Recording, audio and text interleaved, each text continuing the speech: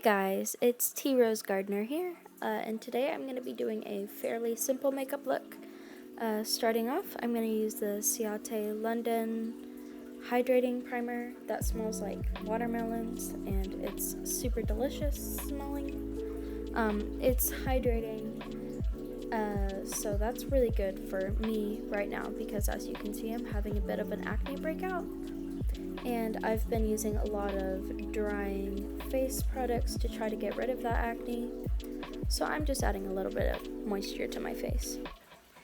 Now I'm using the e.l.f. concealer, the camo concealer, in the lightest shade they have, and I'm just placing it anywhere where I feel like I need to conceal things, so basically on top of all my pimples, and any place where I have redness, and just putting it right on top of there. And I'm not being shy with it, as you can see, because I have a lot of things I want to conceal right now. Then I'm going in with a brush and just sort of blending it out using circular motions so that it doesn't get streaky, because we do not want that. And I'm being very gentle with the motions I use so that it doesn't, I don't know, I just prefer to be gentle.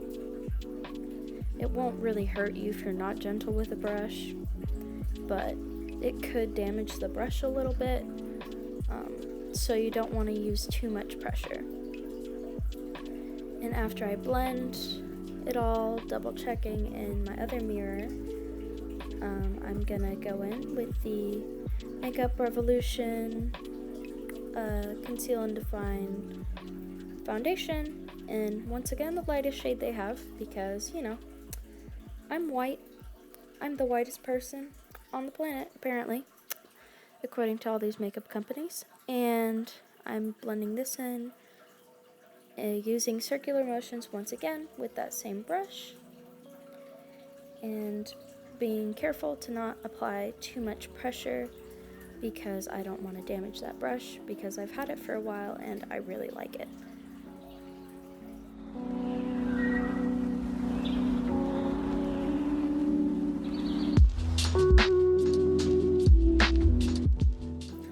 Next I'm going in with a big old fluffy powder brush with the Makeup Revolution baking powder, the shade Ghost, I believe. It's a really good setting powder. It makes everything stay in place and makes your face look nice and smooth. So it's my personal favorite, cruelty-free one, because I switched to using all cruelty-free products just because it helps me feel better personally, knowing that the makeup I'm putting on my face hasn't been used on animals. But if you don't do that or can't do that or something, I'm not here to judge, it's just personal preference.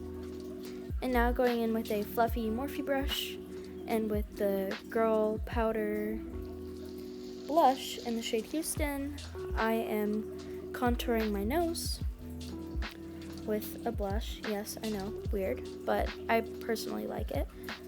This is a very rosy look, and contouring with blush rather than a brown shade just makes your face look that much more pink. And with that same brush and blush, I'm also going in the inner corner, the outer corner, and just all along the crease. I'm not really touching the lid with this, and I'm just sort of blending it out. I'm not really touching the lid with this because this is a bare lid look, and now I'm making my nose look more like a button. And I'm contouring my cheekbones with that same blush. And then I'm also gonna contour my jawbone with that blush. Don't worry, this will not look this messy in a second, because I will be going in with a blush brush to blend the contour out.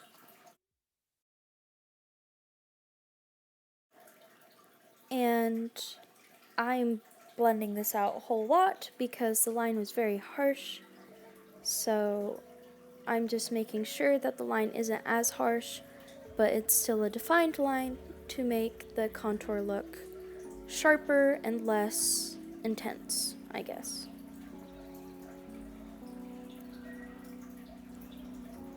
And I went back in with the blush and am adding it on top of my cheeks and right underneath my nose to make me look like I'm blushing. This is a very, very blushy look. Not everybody likes that, but personally I do. Now going in with a eyeshadow brush, I'm using the medium brown shade from the James Charles palette and adding it to the outer crease of my lids and the lower outer crease.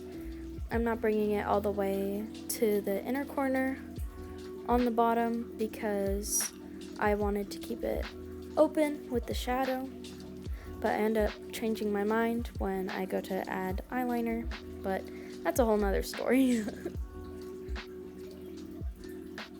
And now I'm just blending it out as best I can.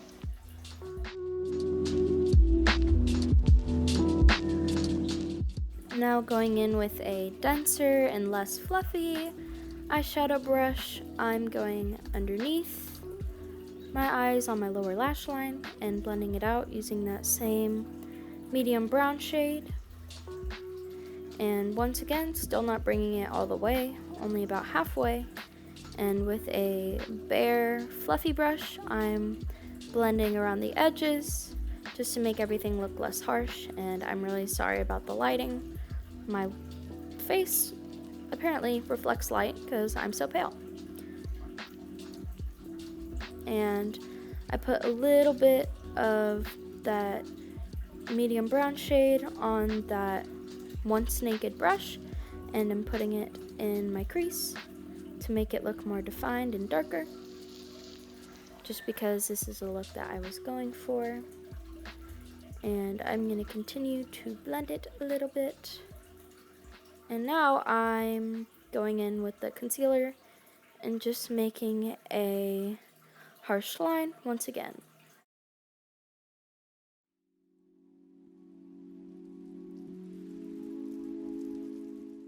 Now I'm going in with the foundation brush and blending it out downward using very small motions to not, cover up more than I wanted to. I just wanted to make the line look more defined and both sides look a bit more uniform. And now I'm starting on my eyeliner. I'm using the very tip of it to sort of outline it, and then going a bit more heavy-handed to fill in the lines. And this is a very thick eyeliner look because I want it to be very dramatic, because I'm not having a very good day today, so using makeup helps me to sort of express my feelings. And when I'm using really thick eyeliner, it either means that I messed something up or I'm in a weird headspace. And now I'm going on my lower lash line and making it sort of blend with the wing to make it look like a nice triangle and still sharp. And whereas my eyes are super hooded, it's a little bit jagged from the wing to the center. And now I'm adding a few extra, well, not a few, I'm adding 2 extra little eyelash sort of lines on the bottom just to make it look a bit more intense. And I'm doing the same thing on the other side. I did the same thing on the other side. And now I'm going into my very inner corner and making that sort of fake cat eye. And ignore that jaw contour. I fixed that before the end when I finally noticed it, because I'm blind apparently. And I'm doing the same thing on the other side just to make it look more cat eye-ish and more dramatic. And now going in with the eyebrow brush, I am going right underneath the eyeliner to sort of, I don't know, smoke it out a little bit, and make it look a bit more dramatic and less clean, because I like the wing to be clean, but I like the other parts of the eyeliner to be a little bit smoky on the bottom. That's just personal preference. You don't have to do that if you don't like how it looks. And now going in with the eyeliner, I'm doing something scandalous. I am going underneath, like right at the bottom of my eyebrow, and then right at the top, and sort of mapping out my eyebrow. And I've been doing this for a little while now. I haven't seen anybody else do it, but then again, I haven't really been online much lately. I've mostly just been taking care of a foster kitten. So this is how I've been doing my eyebrows lately. It makes it look more dramatic and darker, and that's just how I like doing it. And I fill it in with the eyebrow brush and the powder, and I go past the original line on the bottom and on the top to make it look more fluffed out at the very front. And then I start filling it in more in the center and towards the back to make it look darker. And I go ahead and do the same thing on the other side. And now I'm going in to the James Charles palette, and with the champagne sort of highlight color, I'm highlighting my cheekbones and the very center of my nose, and a little bit of my forehead and my brow bone, and a little bit on my cupid's bone, a little bit on my chin. And now going in with a plumping lip liner by Thrive Cosmetics. I'm outlining my lips, starting with my cupid's bow and going not all the way to where my lip actually ends, going a little bit before that to make it look plumper and make my lips look less long, if that makes any sense. And I just sort of fill it in a little bit and make it look more like a gradient, because that's just personally the look I want to go for. And I do a little line on the center of my bottom lip, just because, I don't know, I've seen people do it and it ends up looking cute. And now I'm going in with the Powder Puff Lippy from NYX, and it didn't want to come out at first. Me. And I'm going all on the inside of my lips, not really going outside of where I outlined it. Sometimes I do that to make it look fuzzier, but that wasn't the look I was going for today. And now I'm doing mascara, and my dad ends up talking to me, and so I stopped recording so that I could talk to him. He was having a rough day at work. And now I'm back, and I'm going back in with the Kat Von D eyeliner, by the way. It's the tattoo liner. And I'm making X's on my cheeks. And I'm not really being super, I don't know,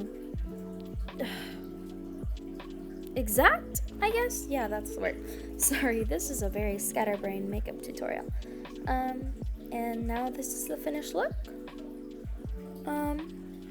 I hope you liked my Egirl inspired makeup tutorial for beginners. I really enjoyed making it. It really helped me to feel better today, because I was feeling kind of bad about all my acne and stuff. But let me know what you thought down below, and give any suggestions for future videos down below. Thank you so much. Have a great day. Bye.